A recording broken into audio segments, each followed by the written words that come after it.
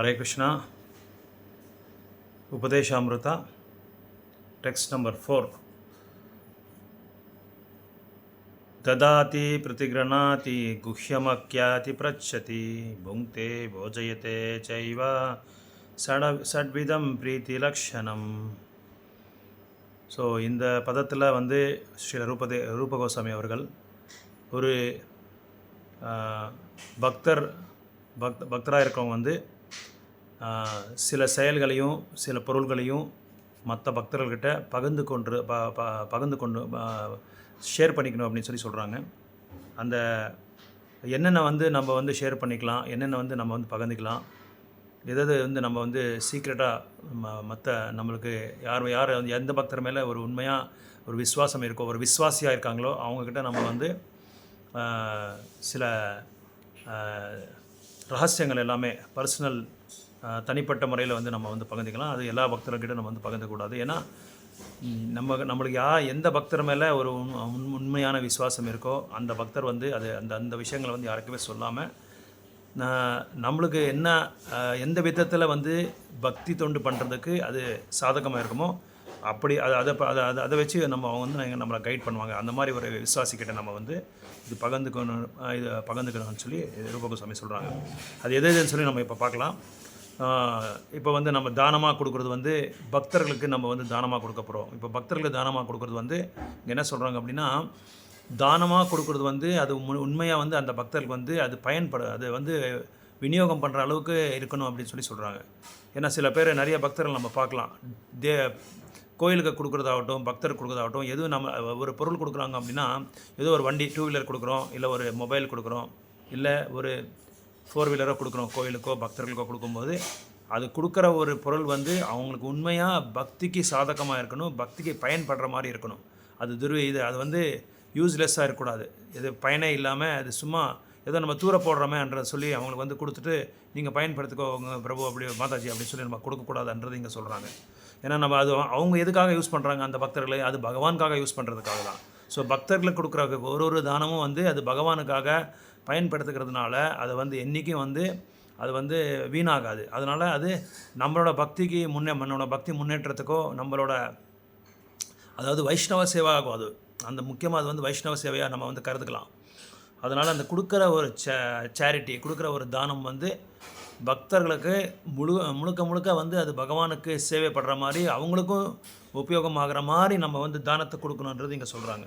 அதுக்கப்புறம் நம்மளும் வந்து இங்கே வந்து சொல்கிறாங்க ரூப Goswami, giving charity to the devotees, accepting from the devotees whether they may be offered in return, opening one's minds to the devotees, inquiring from them about the confidential service of the Lord, honoring prasada or spiritual food given by the devotees, feeding the devotees with prasada. An experienced devotee explains and an inexperienced devotee learns from him. This is guhyam akyati prachati. When a devotee distributes prasada, remnants of food offered to the Supreme Personality of God in order to maintain our spirit of devotion service, we must accept this prasada as the Lord's grace received through the pure devotees. So we should also invite pure devotees to our home. After them, prasada can be prepared to please them in all respects. This is called bhunkte bhojayate chaiva.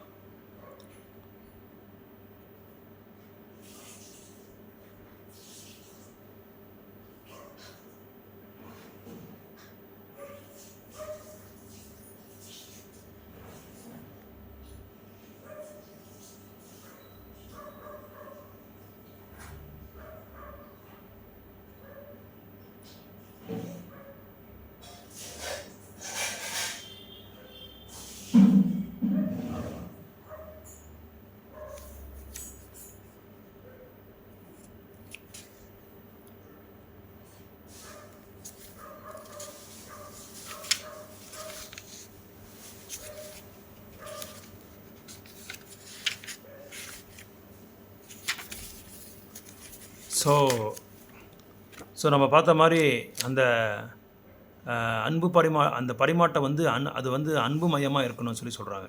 இப்போ example பாருங்கள், வெளியே பௌதிகவாதிகள் வந்து பெரிய பெரிய international ஹோட்டலில் பெரிய star ஹோட்டலில் வந்து மீட்டிங் வைப்பாங்க, கான்ஃபரன்ஸ் வைப்பாங்க. அங்கெல்லாம் என்ன பண்ணிக்கிறாங்க, என்ன ஷேர் பண்ணுறாங்க அப்படின்னா, என்ன பகிர்ந்துக்கிறாங்கன்னா, அது வந்து மதுவை சேவிக்கிறது, அப்புறம் வந்து புலால் உணவு சாப்பிட்றது, இந்த மாதிரி எல்லாம் வந்து அவங்க வந்து பகிர்ந்து கொண்டு அது வந்து ஒரு பெரிய நிகழ்ச்சியாக வந்து செலாமணி பெரிய நிகழ்ச்சியாக வந்து அது ஆர்கனைஸ் பண்ணி எல்லாரையும் கூப்பிட்டு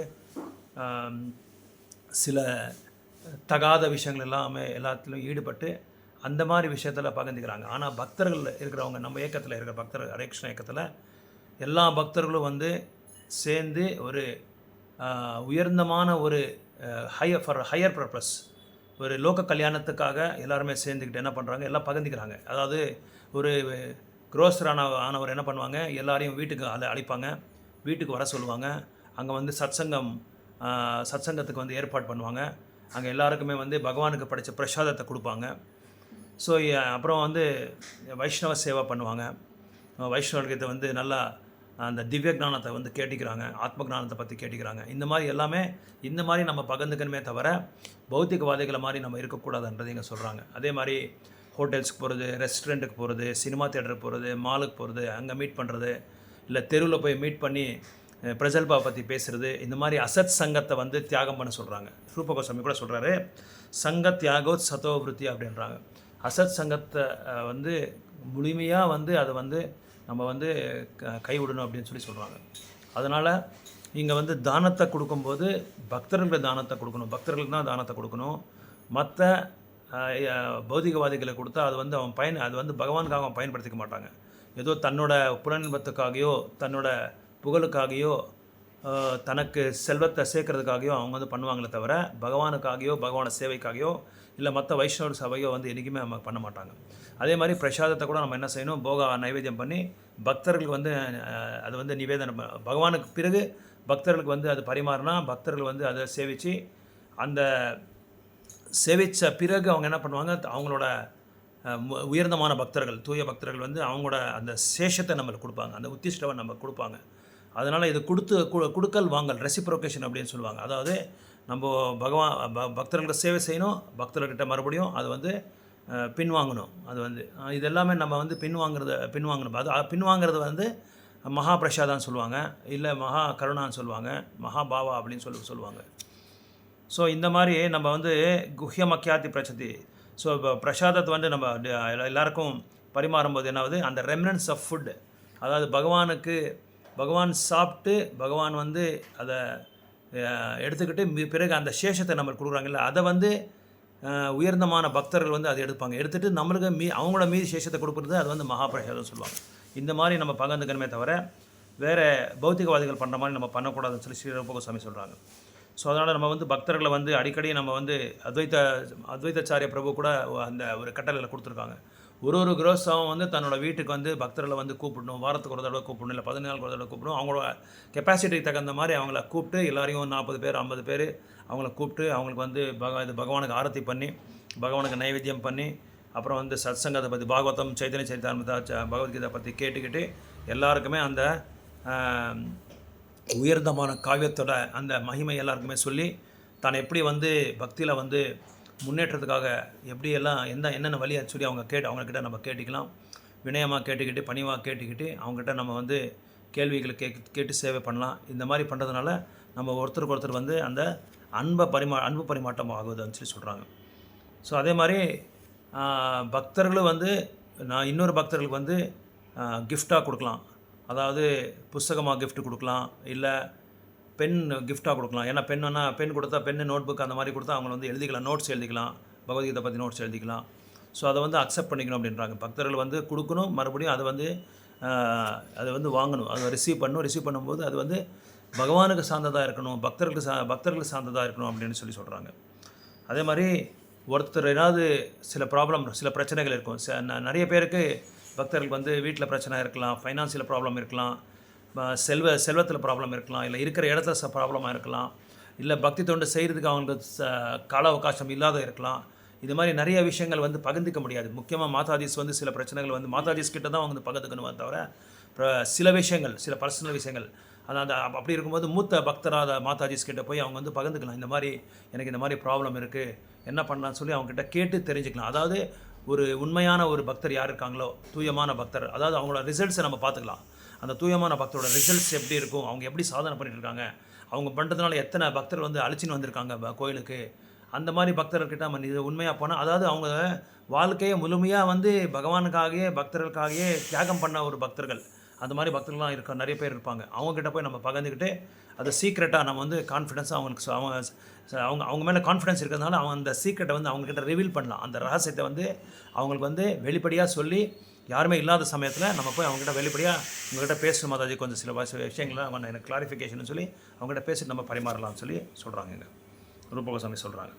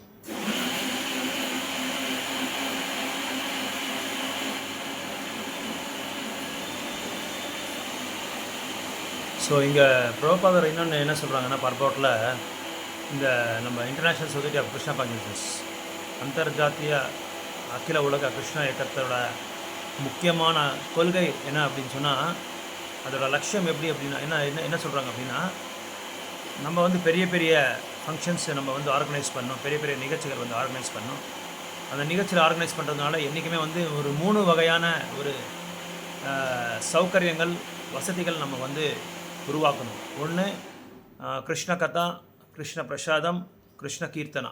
இந்த 3 வந்து இருக்கிறதுனால அந்த சாமானியமான மக்கள் வந்து அந்த கோயிலுக்கோ இல்லை அல்லது பக்தரோட வீட்டுக்கு வந்து அந்த ஃபெசிலிட்டியை வந்து அவங்க வந்து பயன்படுத்திக்கிறாங்க. அந்த வசதியை வந்து பயன்படுத்திக்கிட்டு அவங்க சாதாரணமாக பிரசாதம் சாப்பிட்டாலே அவங்க வந்து பக்தராகிடுவாங்க முக்கியமாக. ஏன்னா அந்த பிரசாதத்தில் பகவானோட கருணை இருக்கும். அந்த ஒரு தானியத்திலும் பகவானோட பக்தர்கள் வந்து நாமத்தை வந்து ஜபிச்சிருப்பாங்க, அல்லது பகவான் ஸ்மரணத்தில் இருப்பாங்க. அதனால் அந்த பிரசாதத்தை அவங்க வந்து பரிமாறி அது வந்து அந்த பிரசாதத்தை வந்து ஸ்வீகாரம் பண்ணும்போதே அவங்க வந்து தூய்மையான பக்தர்கள் ஆகிடுவார். உண்மையாக அவங்களுக்கு வந்து அந்த ஆசை இருந்தால் எப்படியாவது அவங்க பக்தர்கள் ஆகிடுவாங்க. அதே மாதிரி கிருஷ்ண கதா கேட்குறதுனால, அந்த கிருஷ்ணனோட மகிமைகள் கேட்குறதுனால, கிருஷ்ண நாமத்தை சொல்கிறதுனால, பக்தர்கள்கிட்ட முக்கியமாக சாங்கியத்தை எடுத்துக்கிறதுனால கண்டிப்பாக அவங்க வந்து பக்தர் ஆகிறதுக்கு வந்து நிறைய சான்சஸ் இருக்குது அப்படின்னு சொல்கிறாங்க. அதே மாதிரி தான் நாரத முனி வந்து நிறைய பேருக்கு வந்து கிருஷ்ண பக்தியை கொடுத்துருக்காங்க. அவங்களோட சாங்கியத்தை கொடுத்ததுனால புருகாரி கொடுத்தாங்க, துரோமராஜுக்கு, அந்த மாதிரி துரோமராஜ் பக்தருக்கு, பிரகலாதருக்கு, இந்த மாதிரி நிறைய பக்தர்களுக்கு வந்து அவங்க சாங்கியத்தை கொடுத்ததுனால அவங்க என்னாச்சு, அவங்க தூயமான பக்தர் ஆகிட்டாங்க. அப்புறம் ராமாயணம் மாதிரி ஒரு காவியத்தை எழுதின அந்த வால்மீகி முனி, அவர் கூட வேடனாக இருந்தார், அவர் கூட உயர்ந்தமான பக்தராகிட்டார் நாரத முனியோட சாங்கியத்தோட. அந்த மாதிரி ஃபெசிலிட்டேட் நம்ம பண்ணி கொடுக்கணும். அந்த ஒரு சௌகரியம், அந்த மாதிரி ஒரு வசதி நம்ம இயக்கத்தில் மட்டும்தான் இருக்குது. கோயிலில் வந்து உக்காறது, வந்து கேட்குறது, அப்புறம் வந்து எல்லோரும் கூடயும் டான்ஸ் ஆடுறது, பகவானுக்காக டான்ஸ் ஆடுறது, பகவானுக்காக கீர்த்தனை பண்ணுறது, இந்த மாதிரி ஒரு வசதியை நம்ம பண்ணுறதுனால அவங்க வந்து தூய்மையான பக்தர் ஆகிறதுக்கு சான்சஸ் இருக்குது. அதனால் ரூப கோஸ்வாமி என்ன சொன்னாங்கன்னா, இந்த 6 விதமான ஒரு செயல்களை வந்து பகிர்ந்துக்கணும் அப்படின்னு சொல்கிறாங்க. அதாவது வந்து தானத்தை கொடுக்கறது, தானத்தை ஏற்றிக்கிறது, அதுக்கப்புறம் வந்து ரகசியமான ஒரு கருத்துக்களை வந்து தூயமான பக்தர்கிட்ட, நம்பிக்கை இருக்கிற ஒரு பக்தர்கிட்ட நம்ம வந்து பகிர்ந்துக்கிறது. அதுக்கப்புறம் வந்து அதை வந்து எக்ஸ்பிளைன் பண்ணணும், அந்த பக்தியை பற்றி எக்ஸ்பிளைன் பண்ணுறது. ஸோ அப்புறம் விசாரணை பண்ணுறது, என்கொயரி பண்ணுறது, அந்த பக்தியை பற்றி என்கொயர் பண்ணுறது, நம்மளோட டவுட்ஸ் சம்சயத்தை பற்றி நம்ம என்கொயர் பண்ணுறது. அப்புறம் வந்து பிரசாதத்தை வந்து பக்தர்களுக்கு வந்து பிரசாத சேவை பண்ணுறது. அப்புறம் பிரசாதத்தை வந்து மறுபடியும் ஏற்றிக்கிறது, அவங்களுக்கு வந்து பரிமாறுறது. இந்த மாதிரி 6 விதமான ஒரு செயல்களை வந்து பக்திக்கு வந்து அது லட்சணம் அப்படி சொல்கிறாங்க. இது வந்து பிரீத்தி லட்சணம் அப்படி சொல்கிறாங்க. பிரீத்தி லட்சணம் அப்படின்னா அன்பு பரிமாற்றம். அன்பு பரிமாற்றத்துக்கு இது உண்மையான ஒரு அறிகுறிகள் அப்படின்னு சொல்கிறாங்க.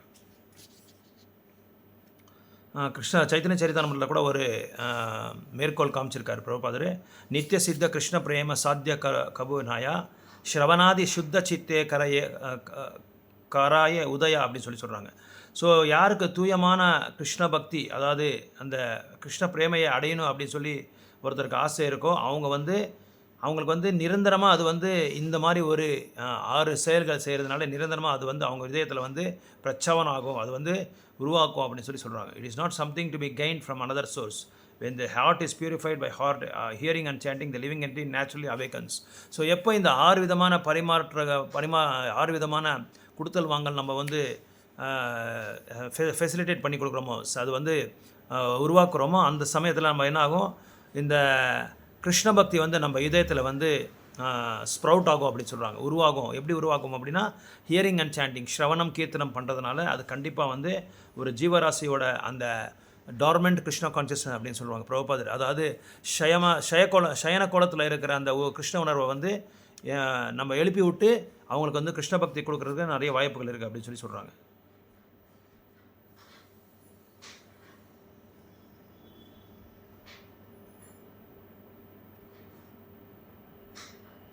ஸோ அதனால் இங்கே பிரபுபா சொல்கிறாரு, ஒருத்தருக்கு கிருஷ்ண பக்தி சுத்தமாகவே இல்லை அப்படின்னு சொல்லி நம்ம என்றைக்குமே கருதக்கூடாது. ஏன்னா ஆல்ரெடி எல்லாரோட இதயத்திலும் கிருஷ்ண பக்தி இருக்குது. ஏன் கிருஷ்ண பக்தி இருக்குது, ஆனால் ஏன் அந்த கிருஷ்ண பக்தியை அவங்க பயன்படுத்திக்க மாட்டாங்க அப்படின்னா, பிகாஸ் ஆஃப் என்ன சொல்லி, due to the bad association of the மாயாவாதிஸ் and due to the bad association of பௌத்திகவாதிஸ். ஸோ யாருக்கு இந்த உலக ஆசையில் நிறைய ஏக்கம் இருக்கோ, நிறைய ஆவலாக இருக்காங்களோ, அந்த மாதிரி ஒரு நபர்கள்கிட்ட அவங்க சாங்கித்யம் எடுத்துக்கிறதுனால, அப்புறம் சாப்பிட்ற உணவு ரஜோகுணம் தமோகுணத்தில் இருக்கிறதுனால அவங்களால கிருஷ்ண பக்திக்கு வராமல் இருக்கிறது ஒரு காரணம். அது மட்டும் இல்லாமல் அவங்களுக்கு பௌத்திக ஆசைகள் நாளைக்கு அது அதிகமாக இருக்கிறதுனால அவங்களால கிருஷ்ண பக்தியை, உள்ளே இருக்கிற கிருஷ்ண பக்தியை அவங்களால அதை ஆக்டிவேட் பண்ண முடியல, அதை ஒரு முழுமையான ஒரு வழியில் கொண்டு வர முடியல. அதனால் நம்ம இயக்கத்தில் இருக்கிற பக்தர்கள் என்ன பண்ணுவாங்க, அதை அந்த சயன கோலத்தில் இருக்கிற அந்த பக்தியை அவங்கள அந்த எழுப்பி விடுற மாதிரி. இப்போ நல்லா தூங்குற ஒரு ஆளை எழுப்பி விடணுன்னா நம்மளால் ஒன்றும் பண்ண முடியாது, நம்மளால் ரொம்ப கஷ்டம். நடிக்கிற ஆளை எழுப்ப முடியாது. ஆனால் உண்மையாக தூங்குற ஒரு நபரை நம்ம ஈஸியாக நம்ம எழுப்பி விட்றலாம். பிரபுபா சொல்லுவார் இந்த இது ஸ்டேட்மெண்ட் எப்பவும். அதனால் உண்மையாக தூங்குறவன் நம்ம எழுப்பி விட்றலாம். நடிக்கிறான் பாருங்கள், அவனை நம்ம எழுப்பவே முடியாது. அவன் சும்மா நடிச்சிட்டே இருப்பான், முழிச்சிருப்பான், ஆனால் எழுந்திக்க மாட்டான். ஸோ அந்த மாதிரி ஒரு நபர்கள் நம்ம கொண்டு கிருஷ்ண உணர்வை கொடுக்கணும் அப்படின்னு சொல்கிறாங்க. அப்போ என்னாவது, அந்த கிருஷ்ண பக்தியை கொடுக்குறதுனால, அந்த சவணம் கீர்த்தனம் பண்ணுறதுனால என்னாவது, அந்த இதயம் தூய்மையாகுது. இதயம் தூய் ஆக ஆக என்னாவது, ஃபஸ்ட்டு ஸ்லோக்காவில் சிக்ஷாசகமில் சொன்ன மாதிரி சைத்தன்ய மகாபிரபுனா அது சேத்தோ தர்ப்பணம் ஆகிடும். அந்த இந்த மிரர் என்ற இதயம், அந்த கண்ணாடி என்ற இதயத்தில், அந்த கண்ணாடியில் நிறைய தூசி இருக்கும். அந்த தூசியை போக வைக்கணும் அப்படின்னா அதை நம்ம துடைச்சா தான் அந்த தூசி போகும். அதனால் சைத்தன்ய மகாபிரபு என்ன சொல்கிறாரு, அதை நீங்கள் துடைக்கணும் அப்படின்னு சொல்கிறாங்க. அந்த தூசியை எடுக்கணும். அதாவது இங்கே எதுக்கு ஒப்படைக்கப்பட்டிருக்குன்னா, கண்ணாடி இதயத்துக்கு ஒப்படைப்பட்டிருக்காங்க. எஸ், ஐ மீன் இதயத்தை கண்ணாடிக்கு இங்கே ஒப்பிடப்பட்டிருக்கு. அந்த இதயத்தில் இருக்கிற தூசி, அந்த கல்மஷம், அன்வான்ட் திங்ஸு, தேவையில்லாத விஷயங்கள், காம குரோத லோபா மோக மத மத்சரியா அரிஷட் வர்க்கங்களை நம்ம போக வைக்கணும். அது போக வைக்கணும்னா நம்ம என்ன செய்யணும், கீர்த்தனம் ஸ்ரவணம் செய்யணும். அது செஞ்சால் தான் நம்ம அதை போக வைக்க முடியும் அப்படின்னு சொல்கிறாங்க. ஹரே கிருஷ்ணா.